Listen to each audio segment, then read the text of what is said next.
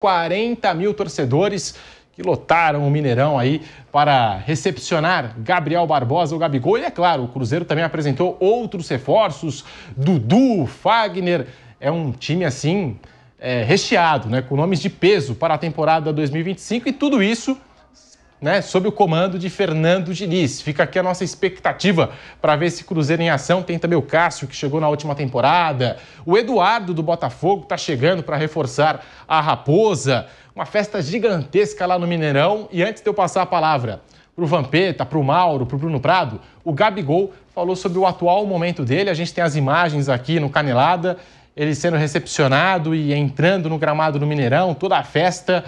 Mais de 40 mil pessoas e se juntou aí a esse elenco estrelado do Cabuloso para a temporada 2025 e o dono da SAF ali acompanhando o Gabigol, o Pedro Lourenço, que está animado, né? Tá feliz aí com a chegada desses reforços ao Cruzeiro. Ele que assumiu a SAF do Cruzeiro em abril do ano passado e desde então, né, como torcedor do Cruzeiro, já vinha prometendo assim contratações de impacto, que queria ver o Cruzeiro protagonista. A gente vai opinar sobre essa chegada do Gabigol, mas antes quem fala é ele, Gabriel Barbosa, o Gabigol. Ele fala e você acompanha aqui no Canelada da Jovem Pan. Ele falou sobre esse momento dele, tá chegando agora na Raposa e também sobre a última temporada vestindo a camisa do Flamengo. Tá no ponto aí o Gabigol, agora sim. Ele fala e você acompanha aqui no Canelada da Jovem Pan. Muita gente fala que minha temporada, a última, não foi tão bem, mas mesmo assim tão bem. Eu ganhei 2 títulos e foi muito importante na final. Então, se for não tão bem e ganhar 2, né?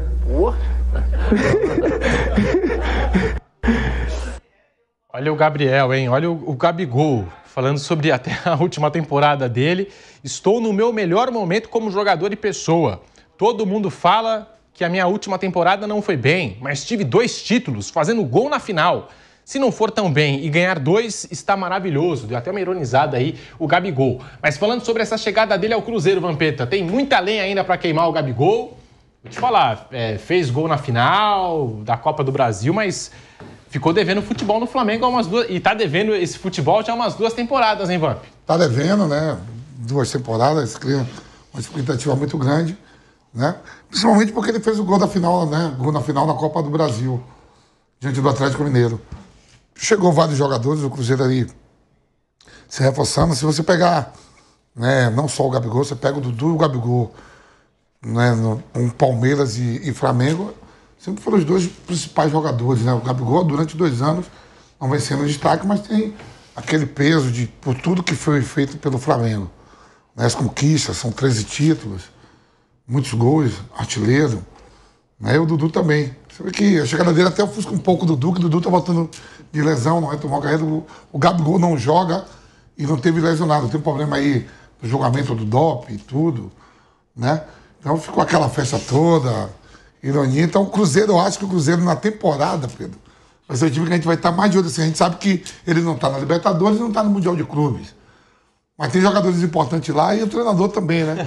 Então a gente vai estar sempre, não vai faltar notícia aqui pro bem ou pro mal, pra fumaça, né? Porque se o Gabigol... de personalidade não, se o Gabigol voltar a jogar bem, o Dudu, que teve lesionado por 1 ano, voltar a jogar bem, o Eduardo também foi contratado, o Botafogo era titular há 2 temporadas atrás, voltou. Você pega o Wagner também, no Corinthians, já foi destaque. A própria chegada do Cássio no ano passado, a permanência do Diniz, terminando a temporada, né, naquela fumaça que foi. Pô, as pessoas sabem mais do que eu aqui, estava demitido, daqui a pouco tá pela imprensa. Está demitido. O Matheus Pereira, que é o principal jogador do time, falando, não estou jogando como nem eu jogava antes com o Seabra, né? Uhum. O Willian, que foi convocado para a seleção, com outro treinador fazia outro tipo de jogo, com o Diniz é outro. Então, e hoje tudo globalizado, a gente vai estar de olho em tudo aí, né? E o Campeonato Mineiro vai pegar fogo, porque o Cuca volta pro Atlético Mineiro, onde o Cuca sempre dá o xerique dele e vai embora, né? Não fica, falou, não, dessa vez agora eu vou trabalhar. Dessa vez eu vou ficar. Então, o estadual do Brasil, os estaduais do Brasil, que começa aí já na próxima semana, acho que o Mineiro vai ser o que vai ter mais fumaça pra gente ver. E na pré-temporada vai ter Cruzeiro e Atlético Mineiro lá na terra do Tio Santos. Já nas primeiras rodadas vai ter Cruzeiro e Atlético Mineiro para pegar fogo. Não, na pré-temporada agora. Já nos Estados Unidos, exatamente. O Cruzeiro já viaja nos próximos dias para realizar. E eles vão se enfrentar lá. Vai ter jogo. Então vai ter fumaça lá na terra do Tio Sam e vai ter fumaça aqui também no estadual. Os magnatas, donos, né? Também. Cada donos, um né? mostrar a sua força, o seu poder de investimento. Tudo será colocado dentro das 4 linhas para essa próxima temporada lá em Belo Horizonte. Bruno Prado, tá aí, chegada do Gabigol, eufórico, estou no meu melhor momento, abre aspas, Gabigol, como jogador e pessoa, Bruno Prado. É jovem, é um atleta jovem, mas no Flamengo estava faltando aquele apetite. A gente falou várias vezes aqui do futebol apresentado pelo Gabriel no Flamengo, deixou muito a desejar. E como a gente também não pode voltar em 2019, a gente não pode voltar lá em 2020, a gente tem que analisar o que foi a última temporada. A última temporada do Gabigol deixou e muito a desejar, Bruno Prado. Sim, e o Gabigol, as últimas 2 temporadas pelo Flamengo não foram boas, né? Aí ele fala, não foi bom, ganhou 2 títulos. O time ganhou 2 títulos, né? Ganhou o Carioca e ganhou a Copa do Brasil. Na Copa do Brasil, no primeiro jogo da final, ele teve, claro, uma participação importante, com 2 gols marcados, mas ele individualmente não jogou bem a temporada, né? Participou das conquistas, é campeão carioca, é campeão da Copa do Brasil e na história dele do Flamengo, campeão de muita coisa com participação decisiva dele em várias conquistas do Flamengo de 2019 até 2024, mas 23 e 24 não foram boas temporadas do Gabigol como jogador de futebol. Ele é jovem ainda, sim, ele tem, não acho que seja um problema físico, ele nunca teve uma lesão grave, ele ainda não tem nem 30 anos, então ele tem condição de recuperar, de jogar bem. Não sei exatamente o porquê que ele não jogou bem nos últimos anos. Ele sempre tenta colocar, né, porque o Tite não me dava chance, né? Como o Dudu também falou, é que o Abel não me colocou, o técnico, né, nem falou o nome do Abel, mas ele falou, o técnico, depois que eu voltei, não me deu muitas oportunidades. Não é só isso, em nenhum dos 2 casos, né? O Gabigol já não tinha, quando o Tite chegou, o status que ele tinha de grande estrela do time, porque ele não vinha bem, ele sentou no banco com o Sampaoli, ele sentou no banco com o Vitor Pereira, e com o Tite também, mas antes do Tite já acontecia, não é que ele estava muito bem, aí quando o Tite chegou ele desabou, não é. E se ele tivesse muito bem, o Tite, mesmo que tenha algo assim que não goste dele, o Tite não o colocaria no banco, não tem como, né? O cara é ídolo do clube, se ele estivesse fazendo gol, o Tite pode achar o que for dele e colocaria para jogar, como qualquer treinador. E o Dudu, no caso do Palmeiras, ele teve uma lesão, e aí é uma situação diferente, né? O Dudu é um pouquinho mais velho que o Gabigol e tem essa lesão grave de joelho. E quando ele voltou, ele não teve tantas oportunidades, mas também nos jogos que ele entrou, com exceção do jogo com o Grêmio, que ele entrou bem, ele não mostrou assim nada que justificasse ele ter mais minutos ali com o Abel. Então, eu também não acho que nenhum dos 2 teve queda de desempenho porque os treinadores não gostavam deles. Eles tiveram queda, o Gabigol... não sei se é uma questão emocional de confiança, o que aconteceu. E o Dudu, a lesão no joelho, ajuda a explicar a queda de rendimento também do jogador. Vamos ver se no Cruzeiro eles conseguem retomar. Gera uma expectativa porque são grandes nomes, mas é na prática que a gente vai ver o que vai rolar. Essa coisa, expectativa alta, ela vai ser confirmada ou não no desempenho. Se eles jogarem bem, o Gabigol fizer gol, vai ficar muito grande no Cruzeiro, vai se tornar um ídolo, tudo. Se jogar mal, isso não é muito tempo, não. Alguns meses. Se jogar mal, já muda tudo, né? A gente sabe como as coisas são muito ligadas a resultado. Já chega na final do Mineiro, joga mal, perde pro Atlético. Já o Gabigol já vai ser contestado, o Dudu, o técnico, todo mundo. Então, é na prática que a gente vai ver como é que vai rolar. O Gabigol, idade... ele tem e físico ele tem para jogar bola. Aí vamos ver se ele vai conseguir. Ele não conseguiu jogar bem nos últimos anos. A culpa é sempre do outro. O Dudu também responsabilizou o Abel Ferreira, mas antes mesmo da lesão, o Dudu já não vinha jogando bem com a camisa do Palmeiras e voltou da lesão, também não apresentou assim aquele futebol que o credenciasse a ser um titular ou um jogador assim incontestável para o Abel Ferreira, para os planos do Abel Ferreira. E a gente tem, antes da palavra do Mauro César, do comentário dele, a nossa produção separou, fez um comparativo aqui das temporadas do Gabigol com a camisa do Flamengo. Entre 2019 e 2022, que a gente tinha mencionado, para mim aí sim o auge do Gabigol, e depois entre 2023 e 2024. Começando entre 2019 e 2022, a arte está na tela para você que nos acompanha pela TV Jovem Pan News. 212 jogos de 295 possíveis. 17.037 minutos, 133 gols marcados, um gol a cada 128 minutos, 38 assistências, 171 participações para gol, uma a cada 100 minutos, 56 cartões amarelos, 7 cartões vermelhos. Isso no período entre 2019 e 2022. Foi o artilheiro da equipe em todos os anos, artilheiro da equipe do Flamengo em 19, 20, 21, 22. E agora a gente tem um comparativo com as últimas 2 temporadas de Gabriel Barbosa. 96 jogos entre 23 e 24, de 151 possíveis, 5.491 minutos, 28 gols, um a cada 196 minutos, 5 assistências, 33 participações para gol, aí também sobe a média, um a cada 166 minutos, 18 cartões amarelos, 2 cartões vermelhos. Tá aí, portanto, aqui o comparativo, os números de Gabigol, né, entre 2019 e 22 e também nas últimas 2 temporadas, 23 e 24.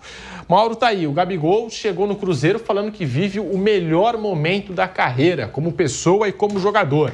Mas o que ele apresentou na última temporada, assim, eu não sei se ele tá puxando aquele Gabigol de 2019, porque o Gabigol de 2024 não jogou nada, viu, Mauro?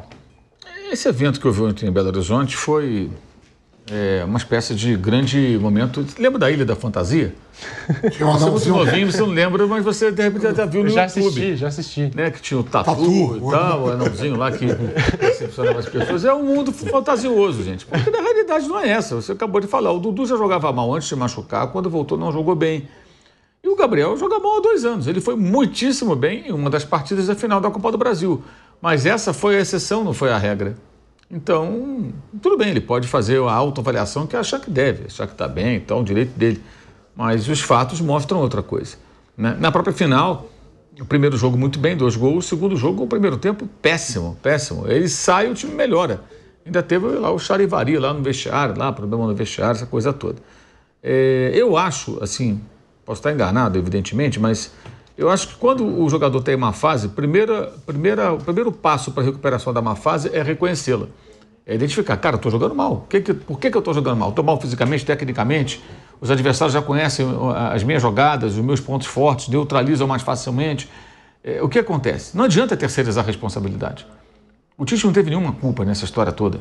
Isso é uma grande sacanagem. Falar, o Tite já herdou o cara na reserva e ele nunca fez nada, rigorosamente nada, para ser titular. Então ele foi reserva porque ele merecia ser reserva. Ele estava bem adaptado ao banco, falei que várias vezes. Ele e o banco parecia uma coisa só, tão integrado que estava. E entrava e não fazia diferença. Fez diferença numa final, o que não é mais do que a obrigação dele, que ele ganhava muito bem no clube para dar algum retorno técnico, deu na final. Jogando ao lado de ótimos jogadores, diga-se de passagem, num time que se acertou com o Felipe Luiz. Tem isso também. Não se faz nada sozinho no futebol, né? O time se ajeitou ali. E ele só jogou porque estava machucado. Tem isso. O Pedro, o Cebolinha e o Luiz Araújo voltando de lesão. Todos fora de combate. Senão ele não jogaria, gente. Ele não ia jogar, ele ia ficar no banco mais tempo. Especialmente o Pedro. Mas e se o Pedro jogasse, o Flamengo talvez tivesse uma temporada muito melhor. O Flamengo poderia ser campeão brasileiro da Libertadores se o Pedro estivesse jogando. Quem pode dizer que ele não faria 1 ou 2 gols contra o Peñarol, daquele caminhão de gols perdidos no Maracanã no primeiro jogo? Ou a bola que o Gabriel não conseguiu desviar para o gol no final do jogo em Montevidéu, se o Pedro tem em campo. A bola que o Plata não foi na bola, a bola na pequena área ali não fez o gol. O Pedro poderia ter feito um gol em uma jogada ou outra e mudar o rumo da história, porque ele vinha decidindo muitos jogos. E mesmo em 2022, o Gabriel faz o gol na final, em Guayaquil, mas o Flamengo só chega à final porque o Pedro faz muitos gols. E essa história que ele se sacrificou para jogar com o Pedro, isso é uma falácia. Se sacrificou como? Jogou de zagueiro? Jogou de meio campo, volante? Sacrificar é assim, olha, você é um centroavante, mas você vai ter que jogar de volante. O Alisson era um ponta e virou volante no São Paulo, né? Ele não virou volante, ele continuou sendo um atacante. Qual a diferença? Ele jogava com o Bruno Henrique e passou a jogar com o Pedro. O parceiro dele tem um estilo diferente. O Bruno Henrique tinha mais movimentação, mas que também aparece como centroavante, um homem mais de referência que é o Pedro.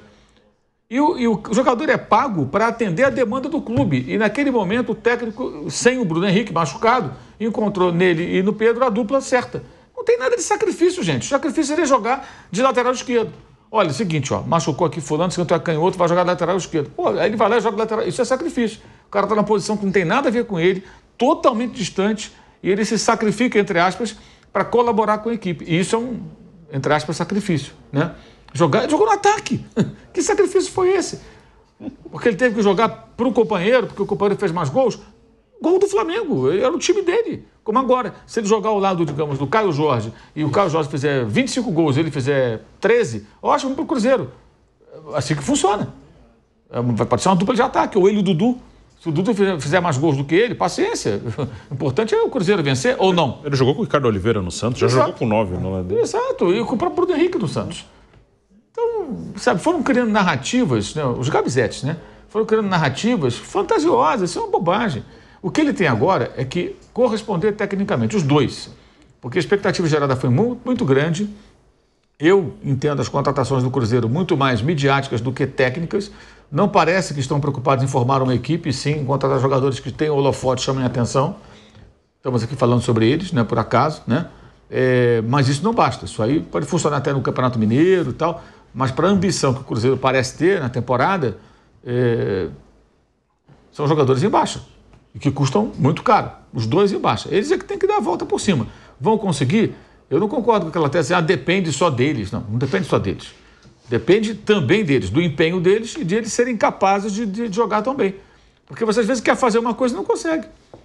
Depende só dele? Não depende só dele. Depende do cara tentar e ser capaz. Vai ser capaz? Não sabemos. Porque os dois já vêm, um com lesão, até tem essa grande atenuante, o outro sem nenhuma lesão grave.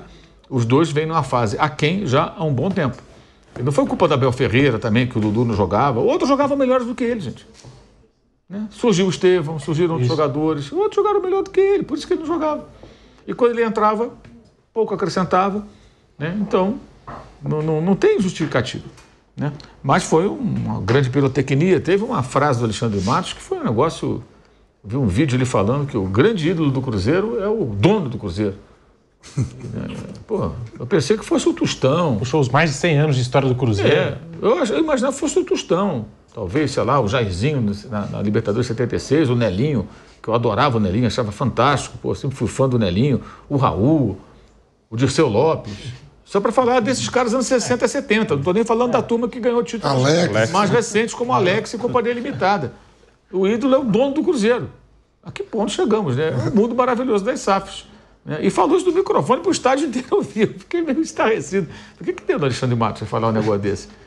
Mas é claro, ele hoje é um cara importante que ele está colocando dinheiro, mas eu acho as contratações mais midiáticas, do que... Por exemplo, Bolassi, eles têm agora, no Cruzeiro, Lautaro Dias, Caio Jorge, eu estou lembrando aqui, Dineno, Bolassi, Dudu, Gabriel... Fagner está chegando agora para a lateral direita. Só aí são 6 homens que jogam do Botafogo para jogar no meio. Ataque. 6 atacantes aqui. O cara joga na frente. Isso. Fora meninos da base lá e tal, né? Tem um menino chamado Teves, até com IS no final, que é da base, que já entrou em alguns jogos, joga na frente. Aí tem Eduardo, aí tem Fagner. O menino que tá jogando, o filho até do Kleber lateral esquerdo, que jogou comigo no Corinthians. Fez gol agora na Copa São Paulo. Jogou a final, entrou na final. Sim. Kenji, né? Kenji. Isso. Kenji. Então, assim... Agora, a contratação do Valentim Gomes já é uma contratação de um outro perfil. Isso. Jogador caro, 9 milhões de euros, né, ou dólares, acho que são euros, segundo a imprensa argentina, mas é um zagueiro bom, jovem, 21 anos. Aí é um jogador que você vai contratar para ter retorno técnico e depois... E o Fabrício Bruno, parece ali que eles querem formar uma zaga rápida, né? Uma zaga que que corra bem para trás, né? O time do Diniz jogar em cima, então... Faz sentido. Só que a saída de bola do Fabrício Bruno não é um primor. É isso o que faz até perder espaço no time do Felipe Luiz. E aí eu acho curioso, porque o Cássio já não é bom nesse negócio, de jogo com os pés. E o Fabrício não é um primor. Eu acho que a montagem da defesa do Cruzeiro tinha que partir por zagueiros que tenham mais intimidade com a bola. Isso. Porque o goleiro já não tem. O Cássio não tem essa facilidade. O Fábio já não tinha. Melhorou um pouco, de tanto tempo com o Diniz, né, no Fluminense. Mas, mesmo assim, é sujeito a chuvas e trovoadas. Vira e mexe, tinha um probleminha ali. São poucos goleiros que têm essa qualidade. E o Cássio e o Fabrício, sei lá, não faz muito sentido para mim, sabe? Quando você pensa mais profundamente na montagem do time. E o Fagner é também um jogador já veterano, quer dizer... O Fagner, a bizarrice está do lado do Corinthians, né? Renovaram o contrato agora, no ano passado, né? Por 2 anos, e agora vão pagar metade do salário para um time... que tem um dono que está gastando uma fortuna na montagem de uma equipe cara. É coisas do Corinthians, né? E pelo menos até ontem,